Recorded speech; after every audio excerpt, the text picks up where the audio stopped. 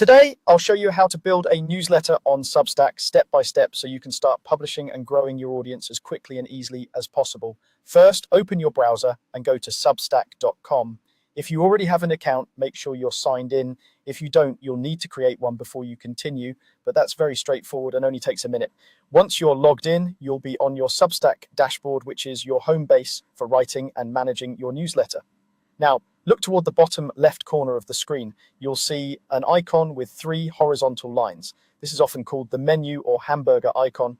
Go ahead and click on those 3 lines. This opens up a side menu that gives you access to all the main sections of your Substack account, including your settings, your publications, and other tools you'll use as you start publishing.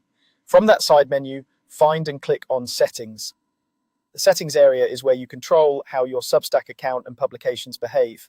You can manage things like branding, domains, and payment options here, but for now, we're just going to focus on creating a new newsletter. Inside the settings page, look for a section labeled Publications.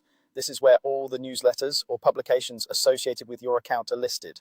You might already see an existing publication if you've used Substack before. To create a new one, click on the option that says Create Another Publication. This tells Substack you want to start a separate newsletter with its own title, audience, and settings. This is useful if you plan to run different newsletters for different topics or communities. Once you choose to create another publication, Substack will ask you to choose your URL. This is the web address where people can find your newsletter online. So take a moment to pick something that's easy to remember, reflects your brand or topic, and looks professional. Often people use their name, their company name, or a short version of their newsletter's theme.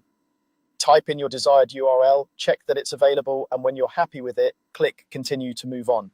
Next, you'll see the option to import your mailing list. If you already have a list of email subscribers from another platform, like a previous newsletter tool or a spreadsheet, this is the perfect time to bring them into Substack. Follow the on-screen instructions to upload or connect your list. If you don't have a list yet, or you're just testing things out, you can simply skip this step for now and add subscribers later. After that, Substack will prompt you to add your first subscribers. This is more about getting a few initial readers in place, maybe close contacts, colleagues, or early fans, so that when you publish your first post, it doesn't go out to an empty audience. You can manually enter email addresses here, or if you're not ready, you can skip and come back once your content is ready. Finally, you'll be asked if you want to recommend other Substacks. This step helps connect your publication to the wider Substack ecosystem. By recommending other newsletters you like, you can help your readers discover related content, and sometimes other writers may recommend you back, which can help with growth.